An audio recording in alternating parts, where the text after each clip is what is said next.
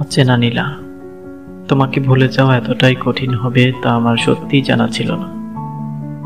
নীলা, তুমি আমাকে চেনো না, হয়তো সেদিন দেখোনি, কিন্তু আমি দেখেছি তোমাকে দূর থেকে। সেদিন আকাশের জ্যোৎস্না ছিল না, কিন্তু আমার মনে হলো তুমি সেই পূর্ণিমার চাঁদ। আমি তোমাকে দেখতে গিয়ে একবারও পলক ফেলিনি। তুমি হয়তো ভুলে গেছো নীলা সেই রাত্রির কথা। বিকট বেপু বাজিয়ে স্টিমার চাঁদপুর ঘাটে ভিড়ল। রাত তখন 12টা। যাত্রীরা সব রেল স্টেশনের দিকে যাচ্ছে। মেঘাচ্ছন্ন আকাশে কালো মেঘের গর্জনে সবকিছু থমকে যায়। হঠাৎ বৃষ্টি শুরু হলো।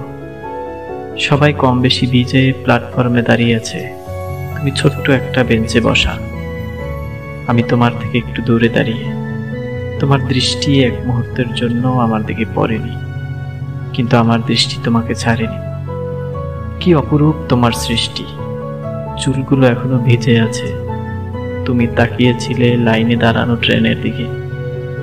বৃষ্টিতে ভেজা ট্রেনের উপর স্টেশনের আলোতে চিকচিক করছে ট্রেন। তোমার সাথে আমার কোনোই কথা হয়নি, তবে মনে মনে বলেছি হাজার কথা। ভেবেছি তোমাকে নিয়ে শত গল্প। তোমাকে দেখতে দেখতে রাত ততক্ষণে ভোর হয়ে গিয়েছে। খানিক বাদেই ট্রেন ছাড়বে। তুমি ট্রেনে উঠে বসলে, কিন্তু হারিয়ে গেলে সেই মুহূর্তেই। আর খুঁজে পেলাম না। নীলা, তোমার নামটাও আমি জানি না। সেদিন নীল জামা পরেছিলে, তাই মনে মনে তোমার নাম রেখেছি নীলা। আমি প্রতিদিন তোমার জন্য চিঠি লিখি। ঠিকানা জানি না বলে ছিঁড়ে ফেলা ছাড়া আর কোনো উপায় থাকে না। তুমি জানো নীলা, এখন রাত 1টা বাজে। আমি এখন চাঁদপুর স্টেশনে বসা, চট্টগ্রাম যাচ্ছি। আজ থেকে 2 মাস আগে তোমার সাথে এই জায়গায় আমার দেখা হয়েছিল। শুধুই দেখা হয়নি, অনুভূতি হয়েছে অনেক। সেই স্মৃতিগুলো আজও জেগে আছে মনের মাঝে। তোমাকে ভুলতে পারিনি আজও।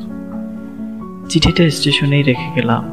কোনোদিন যদি তোমার রাতে চিঠিটা আসে, সেদিন অবশ্যই আমাকে জানিও।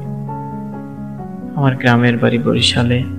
জীবনে যদি আর কোনোদিন দেখা না হয়, তবে মনের মাঝে একটি ছেলের কাল্পনিক ছবি এঁকো।